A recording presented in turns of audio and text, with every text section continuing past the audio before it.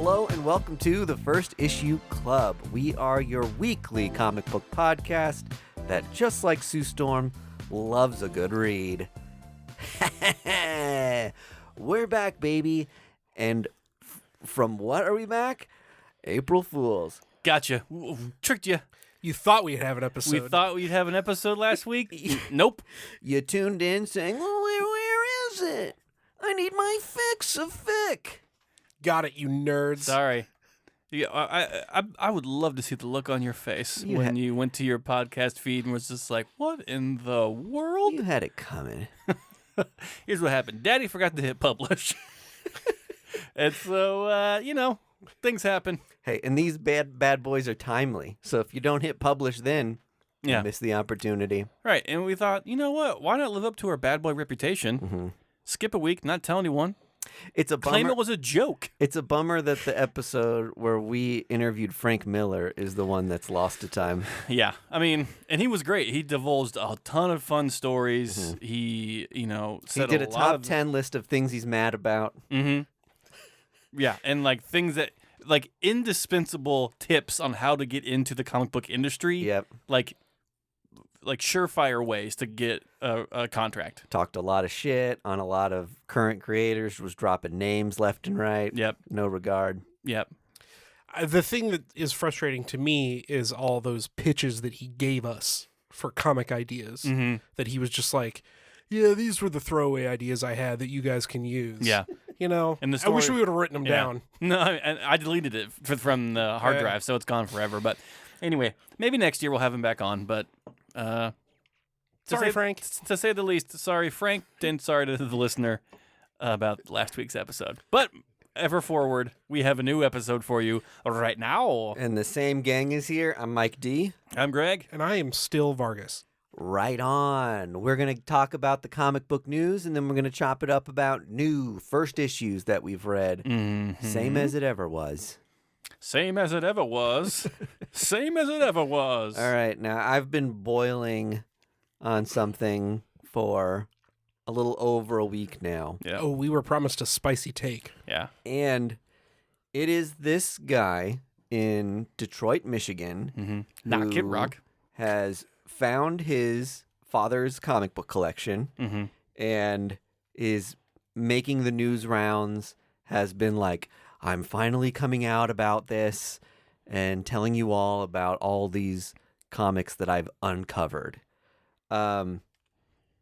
It's been kind of pitched as a feel-good story on several news outlets that this guy's father left him behind this massive collection that he didn't know about. Okay.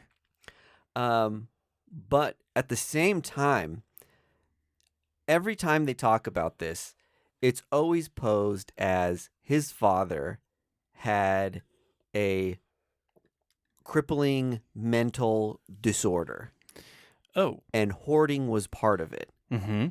And he hoarded comic books, Star Wars toys, all this stuff for his entire life. And the family didn't know what he was hoarding. And his wife left him. Oh, no. And his son was out of contact with him. He was kind of estranged. Mm-hmm. And now it turns out the things that he was hoarding are valuable. Is like one of the greatest comic book collections in the United States. Holy shit. He could probably pedigree this thing if he wanted to. And there's a part of it that's really gross to me, how they're posing this to everybody, that their sicko dad had this problem, but at least one good thing came out of it, and it's that I'm getting rich now by selling his collection. Yeah. Is that what's happening? 100% that's what's happening. And the guy's making a documentary about it. And it's just gross to me how much they're making a publicity stunt out of it, going on all these news channels, while throughout their father's life, they ignored him. He was ignored and shamed for this thing. And now he's making a documentary about it called Selling Superman. Oh boy. Anytime he makes a public appearance, he's always wearing shirts that say like expensive paper and are like part of the like inside jokes of the comic book community. Uh-huh. And it's like this guy's just inserted himself into the comic book community and is like, I'll make as much money as I can off of you people. He fell ass backwards into a lot of A money fucking gold mine. that he thought was going to be trash. It's like someone who tripped into El Dorado. Yeah. Yeah. Which I mean, like I say, like, fine, you treated your dad like his collection was a mental disorder and that he had a disease, Mm-hmm. and maybe he had an unhealthy collection, or an unhealthy relationship rather with collecting comic books. We Mhm. know people who have unhealthy relationships with it. A lot of people spend beyond their means. In this and- hobby. and hoard beyond. I mean, there's times in my life where I think I've had a borderline unhealthy relationship with like having to have it all. Mm-hmm. Just the way it's being communicated and the way this guy is trying to capitalize on it Mm-hmm. just seems like gross, insincere, and the fact that he's making a movie out of like, I'm gonna sell this Superman comic and I'm gonna make a fucking ton of money, Yeah. and while also ingenuinely being like, I've cannonballed into the comic book community and I'm a part of it now, Mm-hmm. just feels gross. I would say to you guys, if you haven't seen like the news story, like the local Detroit news story they did on it that kind of like started the news cycle Mm-hmm. about this guy, watch it and just see how you feel, because I'm interested if you guys have the same temperature on it as me. Okay. Him and his mother, who again left his father because of this collection and said she didn't even know he was collecting comic books. They just were like, he's hoarding boxes. Oh God. How could you not know? Right. I also think there's a part of this that's insincere, where they're pretending that they didn't know he had comics Mm-hmm. because it makes it a bigger like, wow, what a reveal. Seriously. His You would open those boxes at one point and be like, what the hell's Dave putting in these goddamn things? his delusion was worth money. Like, wow, surprise. I think they knew. And they're both wearing T-shirts throughout this interview to promote their documentary. Yuck. It's just gross. But the guy has an immense collection. He's got a Superman 1 graded in a 7, which is, I think, the third highest graded copy of that. So that's going to sell for like probably $2 million. I don't know what that goes for, but a hell of a lot of money. And then I think he's got a... Probably every comic book that's come out I since. think he's got like a Batman #1. Yeah, like tons of like comics. Those two are the two big whammies: the Superman #1 and the Batman #1. But, you know, you can have $2 million comics, and if that's the caliber of your collection, then you probably have a lot of $10,000 comics, a lot of 5,000, etc. So, well, and think about the Marvel 60s and 70s stuff he surely has if he's got those. Right. So, well, also this dude can't like really flex because he's not like, oh, he's not like, I'm in the comic book community. He's like, well, you're gonna sell them.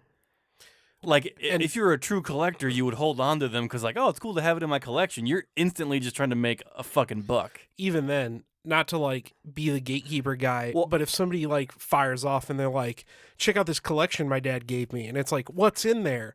I don't know. Yeah. Okay, get the fuck out of here. Yeah.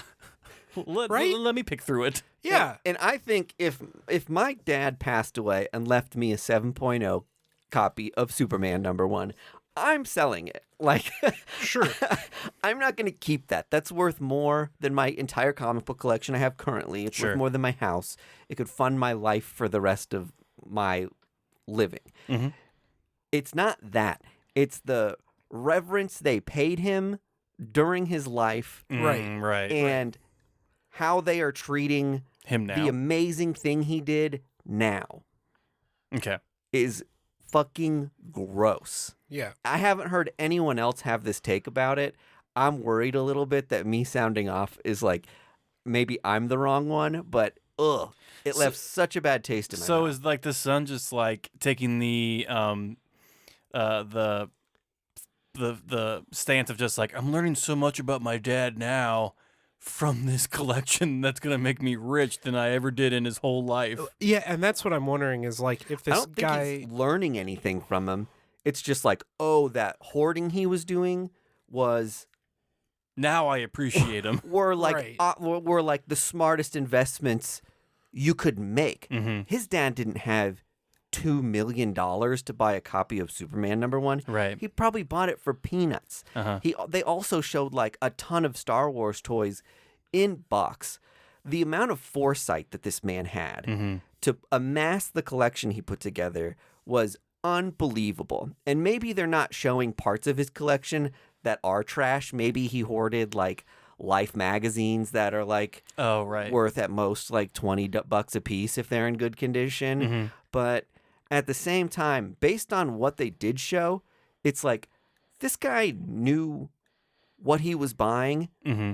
and he was keeping it in a good enough condition that He was preserving it for something. he was a hobbyist who knew he was making an investment Yeah. rather than someone hoarding for hoarding's sake, and they're really belittling who he is and what he was doing.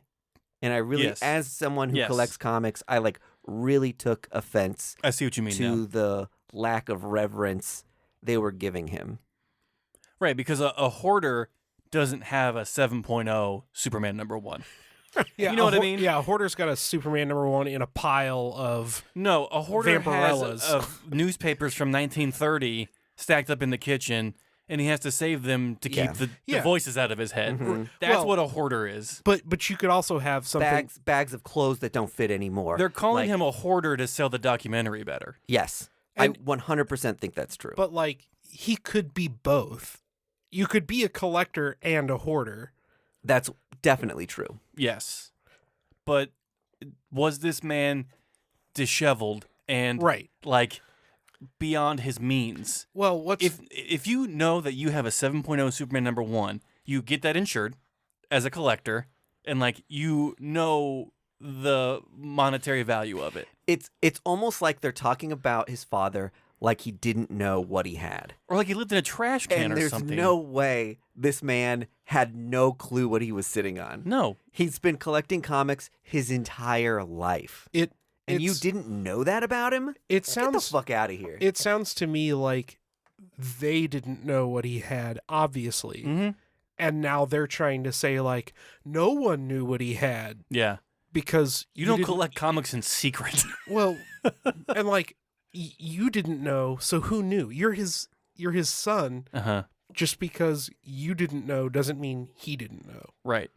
Or that, he probably had friends he talked to other than Yeah, like his wife and son. yeah. Like, When he went to the comic book store every week. someone knew he had those comics. Yeah, Wow. And your estranged family's like, my dad never brought me anything but pain, but like, now I'm going to make a bunch of money off of his Yeah. filthy habit and Yeah. hobby. If it's such a filthy habit, donate it. Yeah, if it's something you're ashamed of. If it's so worthless, you just donate it. Give it to the Smithsonian or something. Yeah. Or, why would you need the money from it if it's so worthless? because you're a big piece of shit. PU selling Superman. I will not be watching your documentary. I will be. But I'll have a frown on my face, and I'll be very judgmental about it. I'll buy it and burn it. Yeah. How about that, Mike? That's the same energy as Kid Rock buying the Bud Light cans and shooting them with an assault rifle. Hell yeah. I don't remember this story. It just came out. Oh, okay. So Bud Light put Another Detroiter. put a new can out for Pride that says we celebrate all genders. Yeah. So there's like he, him, she, her, they, them on the can, Yeah. just being like, hey, we love everyone. Everyone loves Bud Light kind of thing. The Yeah. bare minimum. Yeah, that corporate synergy is Yeah. basically what that is. Well, folks, the radical Mr. right, Rock.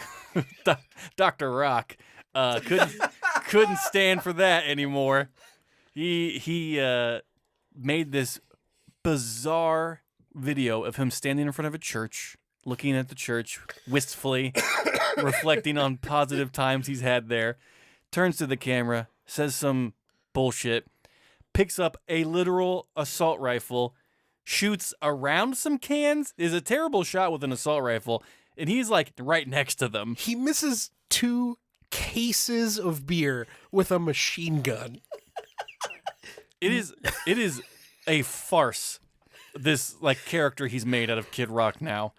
And then he turns to the camera and he says, "Fuck Bud Light, fuck Anheuser-Busch. Have a terrific day." His shtick just doesn't even make sense anymore. He like, started what's his the shtick identity profiting off of hip hop. You know what I mean? Like Yes. he was a hip hop guy in early Detroit, way back in the 80s. He had the fucking high top, flat top thing like Kids in Play did. That was his Kid and Play. That was his identity. And the shift of who he is now, is the empty MAGA shell of a human, is bewildering. And to be so pissed off at a beer can, first of all, you went out and bought the cans and then destroyed them. Who's the real idiot? Because Bud Light got your money. Well, you didn't go steal those Bud Lights. In fairness, he didn't destroy them. He missed a lot of those beers. That is true. There's still a lot of good Bud Light over there by that creek. He's like, well, leave some because we want to drink it still off screen. Yeah, I don't know how much of that is like a character for him that he's leaning into. Well, he made a Go Trump song, so probably not a lot. He's honing in on the base that will support him financially the most. Yeah. That's what I'm wondering. Yeah. If he's pandering to them. His whole thing, totally. His whole thing's being a complete dirtbag. Like the fact that he'd be like staring at a church wistfully and then immediately turning and having an assault rifle in his hands. Yeah. Shooting pride stuff. Yeah. Like is like you go from like dirtbag to like, oh, I'm an upstanding Christian back to dirtbag bigot. Yeah. It seems like a joke. It's like a parody of itself. And yet it should be like I think you should leave skit. Yeah, right. This is one I remember the creators of The Complex Carney. the creators of Veep were like, oh god. We just can't make the show anymore because the stuff that's happening on the news is crazier than our satire we've created. Right. Like it's like, how do we do our job that like isn't it kooky what goes on behind the scenes in the White House when they're out crazying us. when they're out crazying you. They were like, we just like couldn't continue the show any longer. Wild. Anyway, that was the Kid Rock thing of the week, I guess. my 3rd grade math teacher was Kid Rock's godfather, just so everybody knows. Do they still talk? I don't know. But he always told stories about Kid Rock, but he called him like Robert or whatever his like real name was, and it was always very funny to me. Robert pooped his pants till he was 8. Yeah, he was like, "Oh, he's such a nice boy." Yeah, bullshit. It was very funny. He'll profit off of any minority that he can. Yeah. Minority group, I should say. Oh, no kidding. I mean, your whole thing is that you appropriated a culture to build your career, and then you're going to go like alt-right and be a part of a group that like belittles that culture. Don't forget that his fun goofball mascot for all his Kid Rock videos was a little person who like he just like paraded around like, haha, isn't this a funny joke? Right. I've got a midget in the back. Yeah. Like, disgusting. Yeah. No one's disagreeing. Yeah, no. No, there are no Kid Rock fans in the studio. But there are Bud Light fans. That's true. All right. You know, I escalated with the selling Superman. with selling Superman, and then we this peaked with Kid Rock. Let's get right into my comic face books. is red, like I feel physically hot. You look hot in a good way. I have a little bit more news. Maybe this will Let's pour some water. Let's calm the waters. Maybe. Andy. We'll see. Days of Future Past, the classic X-Men story, is getting a prequel from Marvel. Okay. From Mark Guggenheim and Manuel Garcia. Any word on what it is? Like A prequel I know to Days of... God damn it. How do you do a prequel to that? It's a 4-issue event? 4-issue limited will show Okay. mutant kind struggling to survive in the apocalyptic future brought upon by the Sentinel program. I guess that makes sense. The thing we forget about Future Past is it was so iconic, and it seems like a massive X-Men storyline because of how iconic it is. But it was like 4 issues. Yeah. It like was not at the time. They just didn't do big event stuff like they do now, and so it was like kind of it was like one story arc that just resonated with people. So there was a lot of unknowns. And if I'm remembering, it's been a while since I've read it. I've never read it, but I think it's one of those things where they just like jump into it, and you're like, wait, what's going on? Right. It is because it starts with you got Wolverine and Kitty Pryde on the cover in front of the like slain, missing, blah, blah, blah. And you're thrown into that world being like, how did my X-Men get here? How did my babies get into this situation? Did I miss some issues? So I could see there being room to explore that. But they've also revisited this several times. Yes. And there's always a goofball pun on the title, or like is it Years of Future Past, or is it Days of Past Futures? They've done so many past tense of future hoods. Past tense of future days, like could be the title of something like this. And you get to a point where it becomes eye-rolling to just like continually revisit this thing that was like, it was perfect and maybe should be left alone. Right. Like I don't want to say that completely, because it's great to revisit these things, and that's what makes the canon so relevant and interesting, because you reference it and build upon it, right? But let's not tread it over and over again until the tires are bare. I think this is what Chris Claremont was referencing, of just like, I think like we could do this, and then had Days of Future Past happened in the 2000s, it would have been a 34 issue event. True. With multiple crossovers. Like I kind of like how I don't think you have to get a drink into Chris Claremont for him to say fuck these guys for making this. No. I mean, I am totally in agreement with him. I'm just like, it was nice that we had the 4 issue thing. It was iconic, and we're done. We are moving on. We don't need to revisit this. We don't need to rehash it. Let's just continue. Like, hey, but at the same time, I'll say that to play devil's advocate, okay, the entirety of comic book continuity is built upon writing stories based retconning on things, and you can't, revisiting the past. You can't have 40 years of Spider-Man without at least kind of building on what has come before, right? So like, you build on it, but how often do you retread the same thing? This is like my thing with Spider-Man is like, how many times can we bring Gwen Stacy back to life and then kill her again? Right. All the times. You do it all the times. At least 2 years. Every 2 years. And Spider-Man fans buy it because they tease that something big is going to happen, and you're like, oh, it's the one big thing that happens in Spider-Man over and over and over again. It's Gwen Stacy season. So I don't know. I would compare this in some respects. It's on a smaller scale, but to The Watchmen and Doomsday Clock. Obviously, the Watchmen, fantastic. Doomsday Clock comes out. Did I buy it all? Yes. Hell yeah, I did. It took you 3 years. It took a long ass time. And did I enjoy it? Yeah, I thought it was fun. Did we need it? No. Does it kind of like muddy the waters and like make you less excited about something like Doomsday Clock because they did all of those like Watchmen spin-offs for years after the movie? Yeah, you get less excited about it. I think it's okay to do something like that. Like we're saying with Doomsday Clock, give us something referential of Watchmen once every decade or once every 20 years. Yeah. That's like, we're doing another 12-issue event that plays with this world.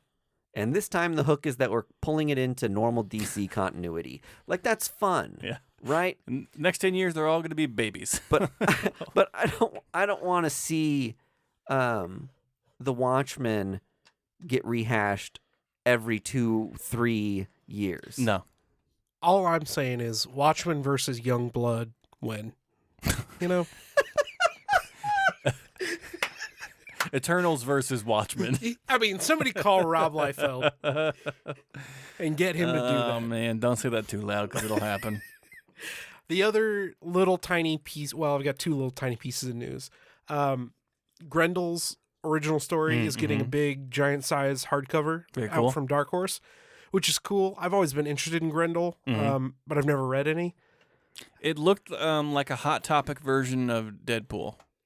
Yeah. But That's what I feel like when I see Grendel. He's a very cool-looking character. Yeah. That's all I can tell you about. I mean, Matt Wagner's art is awesome. I know he's like a super criminal. That's like he's like if Batman was a cat burglar.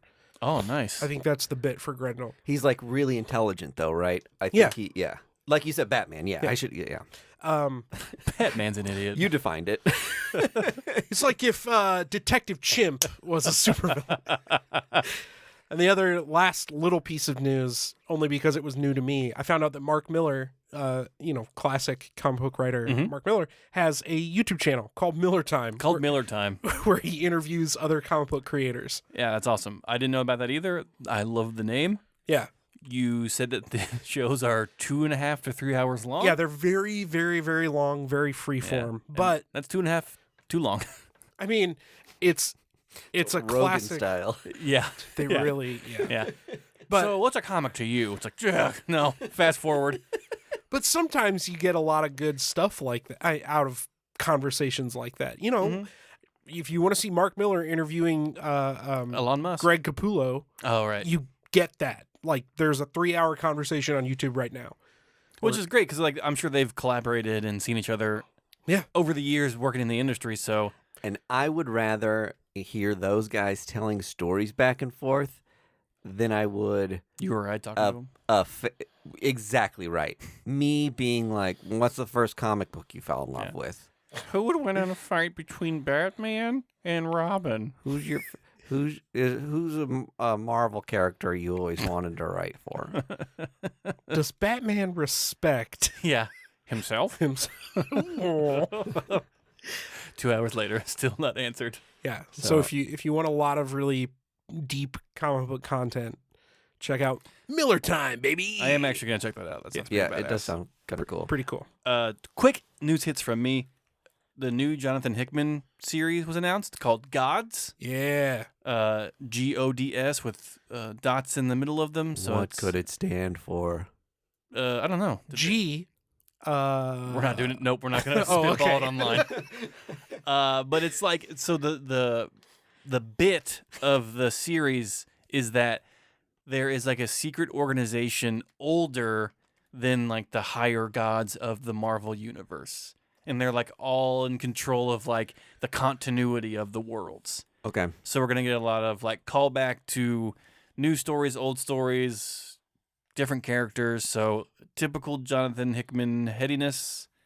Be prepared. Give me the charts. Give me the charts. You will get them, my friend. It sounds chart heavy, and from what I read, it sounds like they were writing or composing the storyline at the same time he was doing House and Powers of X. Sure.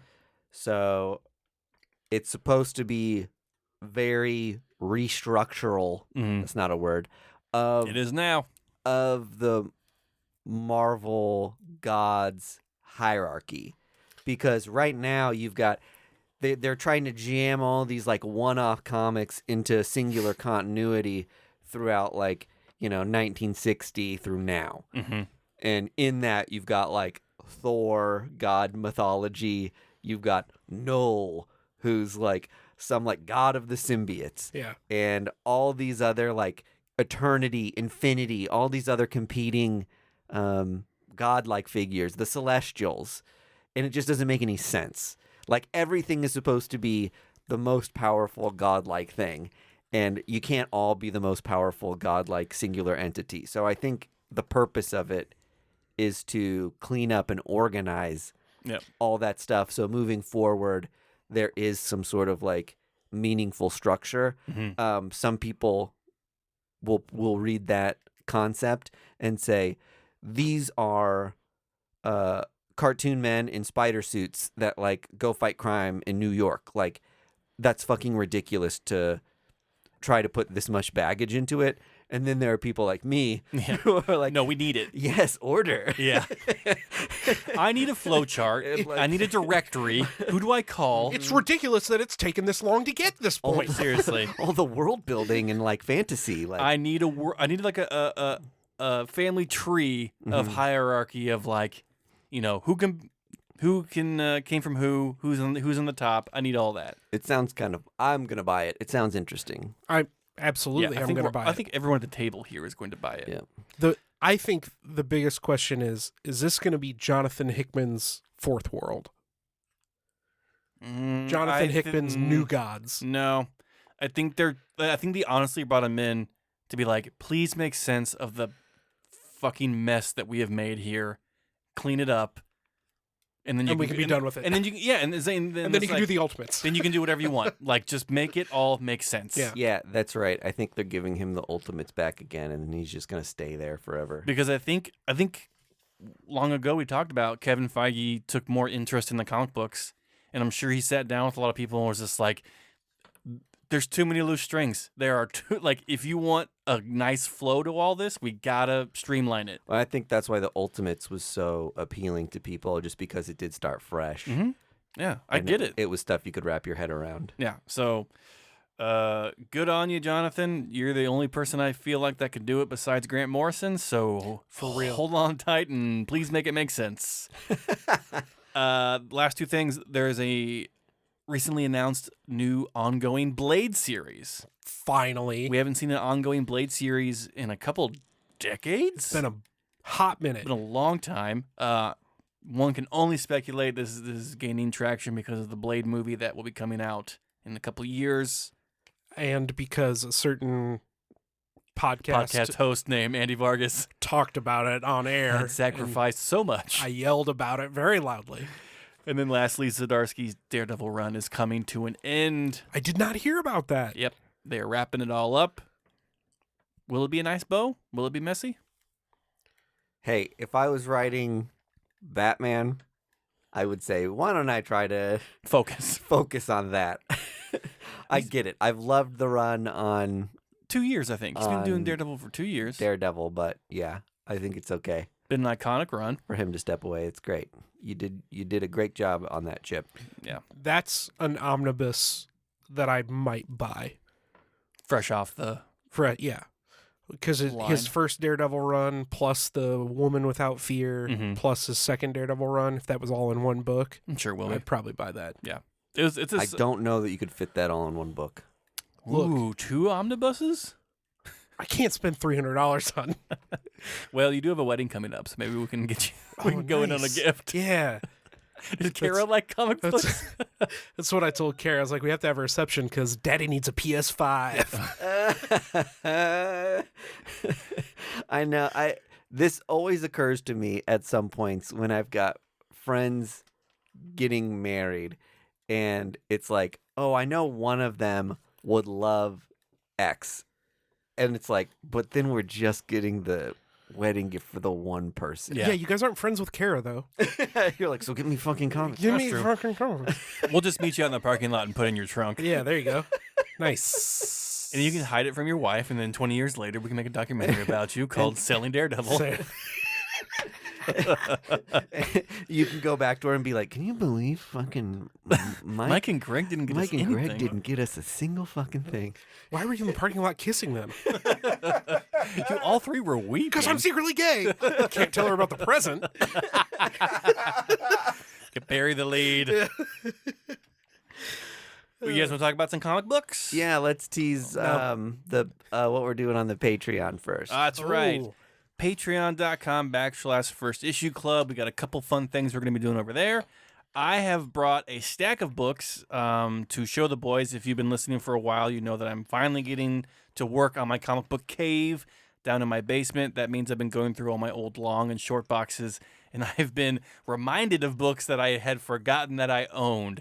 So we're going to play a new game called Hey, I Forgot I Owned That. And I'm going to show off the books to you. And we've got a stack of maybe 25-ish books here. Mm-hmm. And there's a banger sitting on top, so who knows what other gems you I have. feel like we're going to just like be shitting our pants sitting here. I'll tease it up. The stack of books right here in front of you, net worth over $1,000. All Good. right. Excellent. So you guys are going to be sweating and screaming. All right. Hell yeah.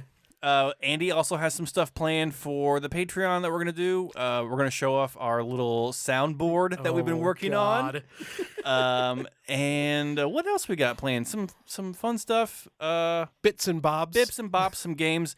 Also, I want to announce we added a new tier to the Patreon. It's called Just a Taste. It's $1 a month. You get 2 episodes, so you don't get the extra stuff that we do. You don't get the videos, but you get 2 audio episodes a month just to see if you like First Issue Club Patreon. Do I really want to commit to $4 a month for the extreme exclusive edition? You will. But just for those geeks on a budget, we have the $1 tier called Just a Taste of First Issue Club. So head over there, patreon.com/First Issue Club.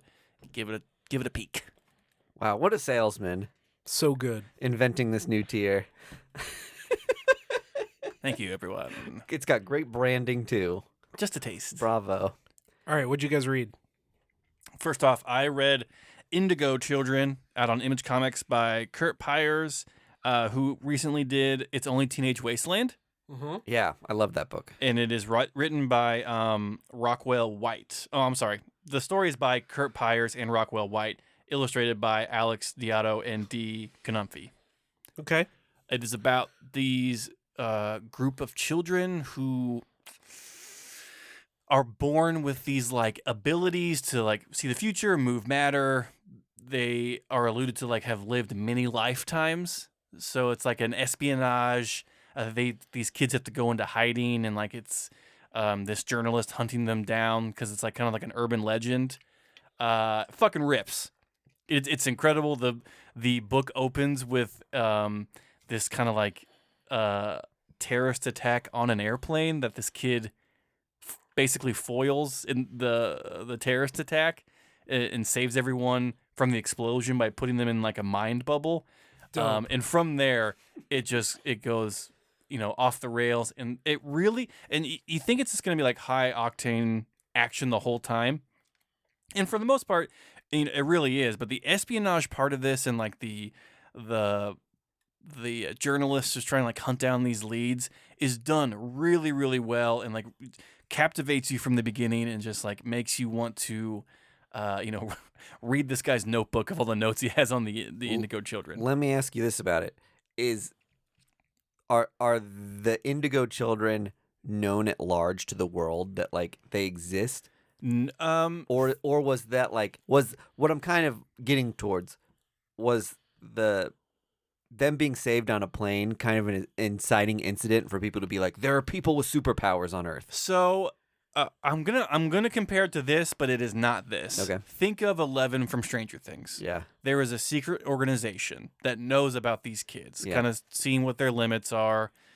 Did they use them for other stuff? Maybe the book will explore that. But I feel like all those occurrences that happen with those kids, like the terrorist attack and all that, probably get covered up either by the government or the organization that is following the Indigo Children. And the book ends with the journalist finding one of the kids who had grown up in this like Russian village that is a fake village, and every villager in the Russian community is like a KGB agent to make sure that no one finds these kids. Yeah. So it's kind of like, like a spy espionage supernatural story. I don't know how I missed this book because I'm looking at it on Image. They describe it as Radiant Black meets Department of Truth. Mm-hmm. And I don't know how I missed that book because it's super, super good. I'll say one of my early contenders and a strong contender for best cover of the year. I think the A cover on this is so striking. Oh, yeah. You've got like an airport terminal that's filled with like people all colored the same wash of teal. Mm-hmm. And then there's one of our characters, one of the children, in like, wearing a different color tone hue, but with a splash of indigo paint, like covering them up. Yeah. And, I think there's a statement to be made there about like them being like, these hidden children or silenced or, whatever it is. But it's just, it's a very thought-provoking cover. There's also two Jenny Frison covers. And, I mean, come on. Can't go wrong with Jenny Frison Can't covers. go wrong with Jenny Frison. So go check it out. It's not a mini or a maxi. It's like kind of somewhere in the middle. Yeah, and it's an ongoing, it says. It is ongoing. Okay. Says. I thought it was limited, but this is one to watch for if you need a reprieve from your superhero stuff. This will be a fun spy thriller book. Soon to be a show on Amazon Prime. No, they're talking about No, the Youth will be. Oh, a different book he wrote. Yeah. So he wrote Okay. Youth. It's Only Teenage Wasteland, which is fucking incredible. Did Youth come out in single issues, or was that just a trade? Youth was a trade, I yeah, believe. that's what I thought. And so Kurt Pyers is crushing it. If you haven't heard his name recently around your shop, get ready because you're going to be hearing a lot from him. Check it out. Do you know if this is his first Image book? I think those other ones were on Black Mask. So It's Only Teenage Wasteland was on Dark Horse. It was on Dark Horse. Okay. And then I want to say this is his first Image book. Okay. But in any case, go check it out. All right. The other Image book I read, Andy and I also read, was The Ambassadors from our friend Mark. It's Miller Time Miller and Frank Quietly. This is Andy, you take the realm on this one. So it's a superhero book with a geopolitics spin. Yes. Imagine if Iron Man, like basically the beginning of Iron Man 2 in the MCU, but Iron Man is South Korean. Yes. So there's somebody has literally invented superpowers. They had cracked the genome. Figured out a way to give folks superpowers. And it's absolutely brilliant how they introduce that character because she, the real character, is in prison, has figured out how to clone herself, but she is broadcasting her own thoughts into the She's body. basically downloading her old self into her new self. Yeah. Blows her brains out in jail. Yeah. To like finish the download. And then she's like a Superman. Yeah. And then she's basically just like, I will now be picking 8 other people in the world to have superpowers. Gain superpowers. Yeah. And then it's just like open tryouts. Well, and thus begins a weird arm race. Yeah. Because you get the shot. Every nation can't have a. No, yeah, because like they have this great scene of like these American generals talking of just like, what are we gonna fucking do? Right. Like we were supposed to figure this out. When we tricked people into thinking we had done it during the Cold War. We made up these fake commercials. Imagine if the Superman comics were propaganda. Got it. And so like that started the real thing of just like, well, now all these other nations want to get superpowers. Well, this woman in South Korea figured it out. Yeah. And then there's also kind of a subplot too where I think there's going to be like supervillains already exist in the world. Like there's a couple of scenes of like folks, sociopaths having superpowers already. So yeah, the scene that comes to my mind is the guy in South Africa. Yeah, right? or Australia or something. Yeah. Probably South Africa. That makes sense. So this guy's in a bar, and then he's talking to the bartender, and then this like SWAT team shows up to arrest him, and he just annihilates this SWAT team in the. Shout out to Frank Quietly from drawing the most beautiful, brutal, violent shit I have seen in a long time. Yeah, and it was poetic. It was beautiful. Yeah, and this guy's like disassembles this kill squad, and so my thinking, I'm guessing that guy had a hand in helping this woman figure out. Yeah. Like he was on the team that figured out the genome and like took some for himself. Probably. Yeah. And so what we're going to get is like a very real take, like kind of like kick ass of like what would actually happen if everyday people got superpowers. Yeah. Yeah. And if you couldn't tell, I'm jazzed about this book. Yeah, it was so good. It was very good. Shout out to Mark Millar for always keeping his comic books affordable. Yes. I think this book was $2.99. Yeah. Yeah, and you got your money's worth with that. Yeah. For sure. And his Nightclub, the book about his vampires, was $1.99. $1.99. Yeah. Every issue. Yeah, he was just like, I don't give a fuck. Like, know. I'm rich. That's amazing. Yeah. So this book is absolute top tier. Yes, and this one is only 6 issues. Yes. So, small investment, beautiful to look at. It's going to be a wild ride. And if you're one of those guys, keep in mind, Miller World is all Netflix owned. This was actually co-produced by Netflix. The book was. The book was. Okay. The last 15 books he's written have had a big Netflix logo on the back of the cover. Correct. I'm still waiting for my Sharky the Bounty Hunter TV show. They've got, I think, first.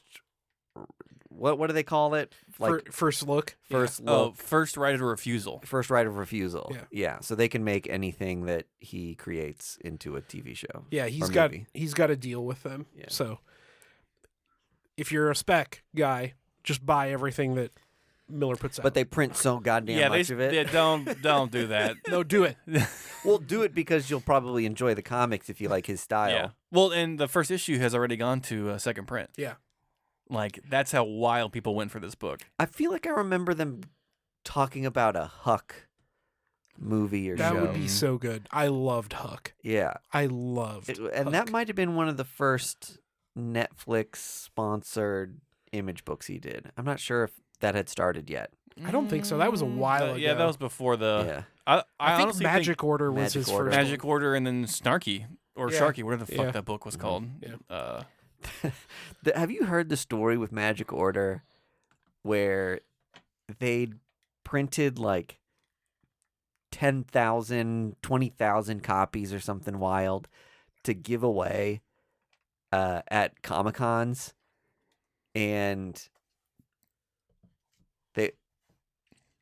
I think there was an issue with one of the con sponsors because the content was so graphic Oh, okay. that they just ended up with 20,000 issues of this comic that they were like, what do we do with this thing? Mhm. And this was a super buzzworthy, oh man, this is going to be it's like Harry Potter for adults.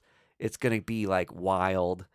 But just because there were more copies of it published than any you could buy Itty image 50 book. everyone could buy 50 copies of it and there would still be just more copies floating out there.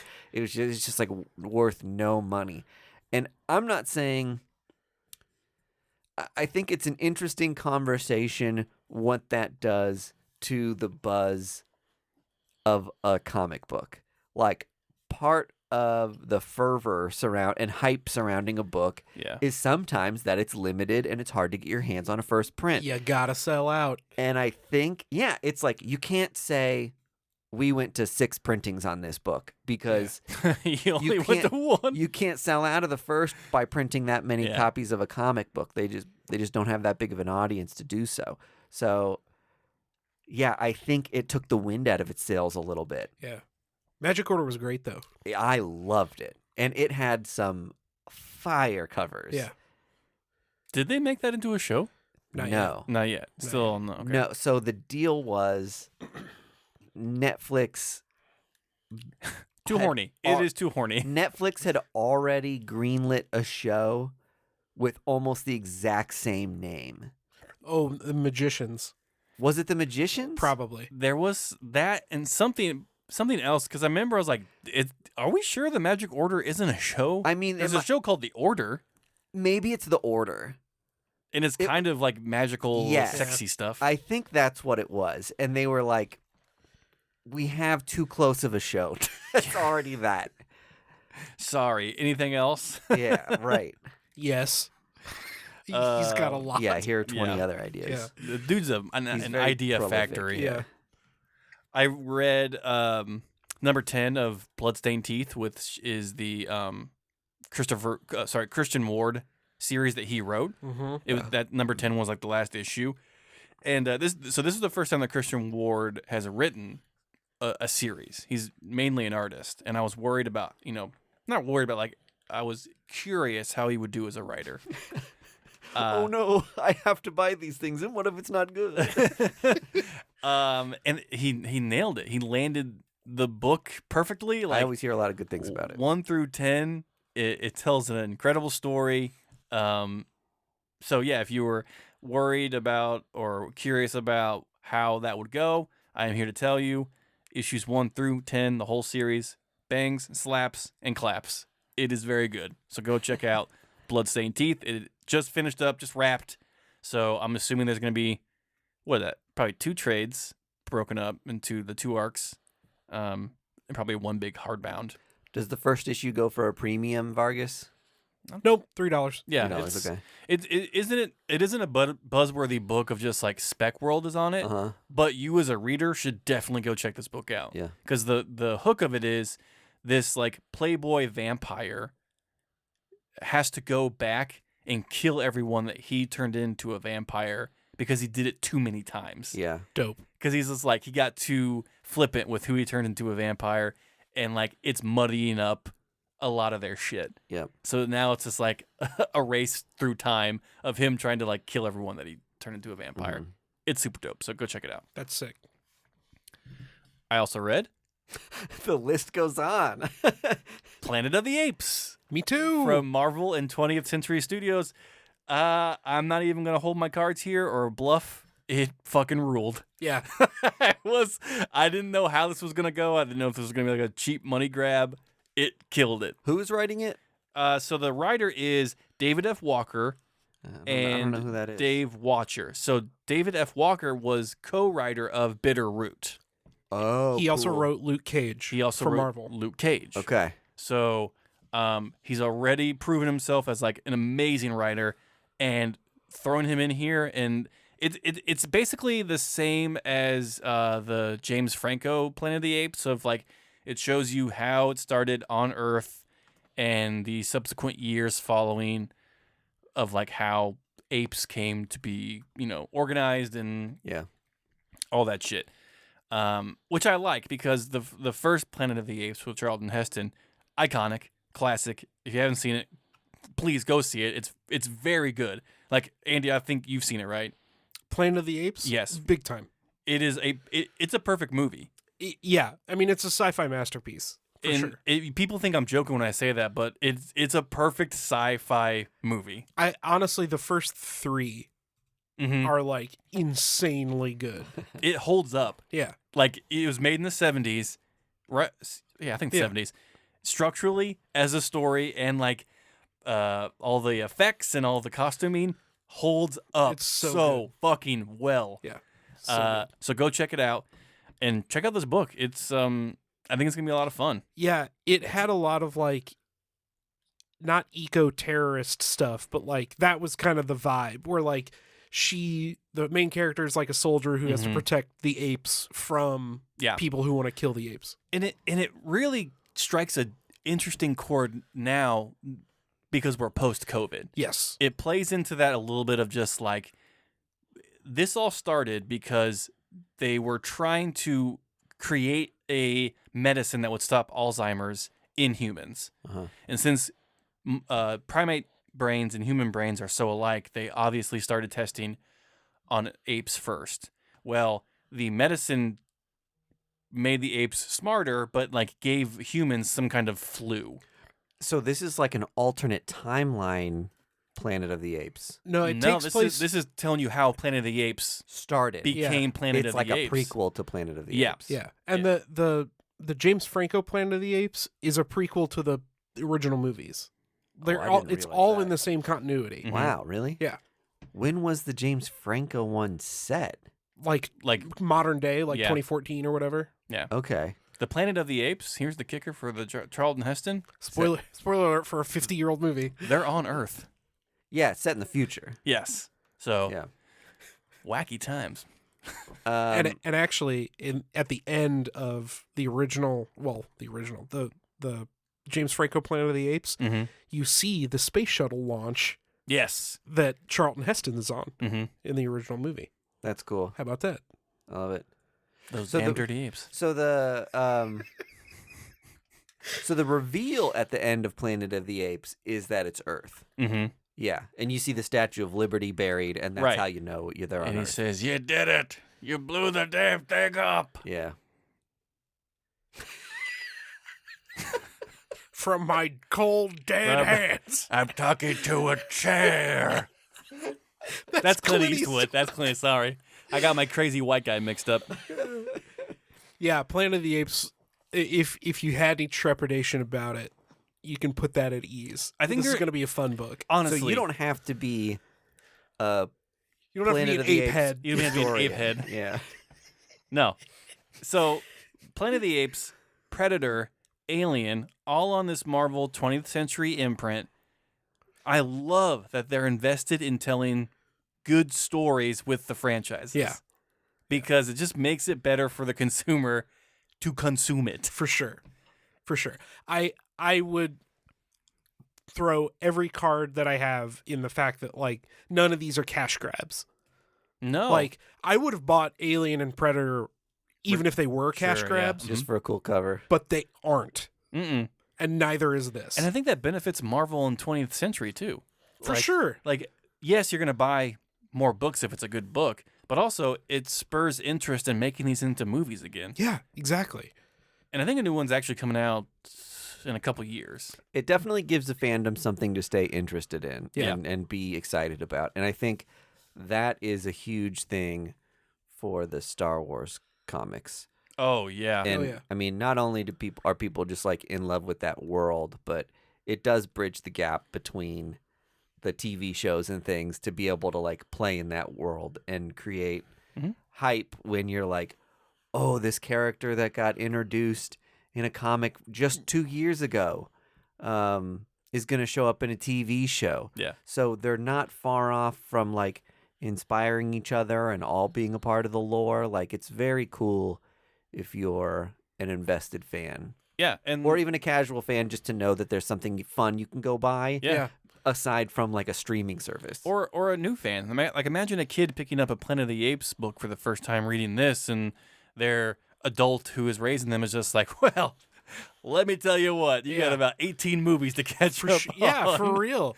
And then, to your point, Mike, I think you're absolutely right. Of just like they get to play in the playground a little bit of like trying new ideas, see if this works, see if this doesn't, if it resonates with folks, and then that can transition into TV shows, movies, whatever. Yeah. So, anyway, all that to say, Planet of the Apes was very fucking good. Surprisingly good. Yeah. Sorry, I have a lot. I have 2 more. I read Hairball. Hairball from Flux House by Matt Kent and Tyler and Hillary Jenkins. This is a classic Matt Kent spooky horror book about trauma, shocker, feline demon, and a crippling family dynamic falling apart in front of a young girl's eyes. I nailed it. Wow. Got it in one. Good job, Greg. It's very good. It's on his Flux House imprint, which was announced like a year and a half ago when he promised like, some weirder stories that he can finally branch out and tell under his own imprint. And he made some lofty claims early on that he was going to do weird incentive covers like made out of like leather or wood or like just like really play with the space, because Flux House is a play off of the art movement Dadaism, which is like kind of spurring the art community, and I have yet to see any of that cool shit happen. I think that's wrong because they did the polybag covers for the new Mind Management that was all on Flux House. Okay. And then they did all of the Spy Superb books are wrapped in paper bags from big box stores and chains. Yeah. And they're cut off in a way where you only see part of the Costco logo, Uh-huh. but it's like Enough to get you the but idea. it says like, but someone has very smallly written at what, and Yeah. then you see cost, like in the Costco logo. Spy Superb is a traitor. Yeah, Yeah. If for Trader Joe's. Yeah. Okay. And it's while those aren't like literal recycled bags from those stores, they do use the actual logos and use actual like textured brown bag paper to put those covers on. I think that's pretty fucking cool. And I'll say this too. I know for a fact. A2, Brutus? Yeah, A2, Vargas. I know for a fact that Whatnot has done a wood cover. They did wood covers for Nottingham. Okay, but that's not on their Flux House. No. It's a different publisher. Okay. I'm saying It can be done. It's in the realm of possibility. I know. And leather covers go back. I know it can be done. Matthew Kent said to us in a press release that Flux House would do this. Well- Have yet to see. I will consent. Very cool things with the poly bag and the plaque and the paper bag stuff. That is all very fun. Yeah, Matt, put your money where your mouth is. Make it fucking weirder. Like, let's do some crazy shit. All that, yeah, but it was great. Flux House. Every book on Flux House that I've read has been phenomenal. Yeah, including Hairball, which came out this week. I think Matt Kent is the sort of guy who's like, if I have a reason that like that glass would be a statement to bind a comic in, then he would do it. I think he hasn't like found a purpose for it because the paper bag stuff like ties into the spy, the idiot spy who's like unaware and just doing normal everyday tasks and whatever else that runs into something that happens to be a higher meaning that they're not aware of. And the bags, I feel like, play into that really well. Okay. I think you'll see it. Okay. I trust in and I believe in Matt Kent. Then I will sit here in my holding pattern until then. We won't even until I can wring my hands in delight. Get into within an inch of slandering this man. There was no slander said. That's what I'm saying. We're not even going to get close to it by even a remote criticism. I won't allow it. Not even with a 10-foot pole. Yeah. I dare not. Oh, the last book I did was Disney Villain Scar from Dynamite. It's by Chuck Brown, who was I cannot believe you bought this. It was because it's from the other creator of Bitter Root, Chuck Brown. Wow. And it was so. It's not a kid's. Is it a kid's comic? Well, I don't know. It's definitely a comic cover cash grab book. It's definitely a comic book. It is. It's not written in a child voice, like meaning there are some adult themes tackled. What the story is the story of Scar before he killed Mufasa, and like you get the history of like what separated him and Mufasa. So we get more of a kind of backstory of why he is the I don't know, character he is now. It was good. I mean, it was fine. He failed out of college. He had a dirtbag dad. Yeah. He got wrapped up in a pyramid scheme. He tried to really young. He lost everything. He tried to sell Pride Rock. You wonder what would have happened to Scar if he could have just stayed in college. Yeah. Or he dropped on a drug test and got kicked off his D1 sports scholarship contract, and he just had that one bad breakup that he couldn't get over. And in classic Dynamite fashion, CLZ has listed 28 variants for issue 1. For issue 1 alone. Yeah, no thanks. I mean, it was cool. I'm not a huge Disney fan. Like there are huge Disney fans out there that'll just eat up whatever content they can. These people will love this book. I guess it's fair to say when I asked, was it for kids? I mean, no. Any Disney movie is like, they make them with the intention of it having broad appeal. Obviously, there's no exposed genitalia in this, I guess. It's something to put your kids in front of, but the point is that it's also something you can go enjoy, which is what makes Disney so popular still. And this is an ongoing series that they're going to be doing probably for the next couple of years. Disney villains, like they have a Maleficent coming up, and a couple others. So you'll get like more of a backstory of these villains and who they are on the inside. Wow, who do I want to see? Jafar? Jafar, yeah. The whale from Pinocchio. The big monster from Fantasia. What's the octopus in Ursula. Ursula? I think the biggest villain is Racism. Yeah, is Disney is himself. Walt Disney's anti-Semitism. That's the biggest villain. We killed Mike D. Jazz singing crows in Dumbo. Yeah, Yikes. all of Song of the South. Yeah. Holy moly. Yeah, and that's all I read. All I read, I say in air quotes. Well, we're 5 minutes over an hour, and Vargas and I haven't even gotten to take our damn turns yet. Well, Vargas and I overlapped a little bit. Okay.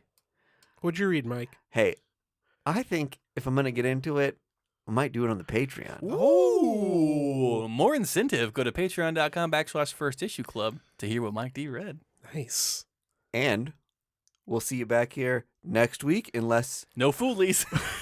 No tricks. go for another April Fool's follow-up. Today we will hit publish. Bye. First Issue Club is edited and produced by Mike DeStacy, Greg Lichtag, and Andy Vargas. Follow us on social media at First Issue Club, and check out our Patreon for videos, audio, and more at patreon.com/firstissueclub.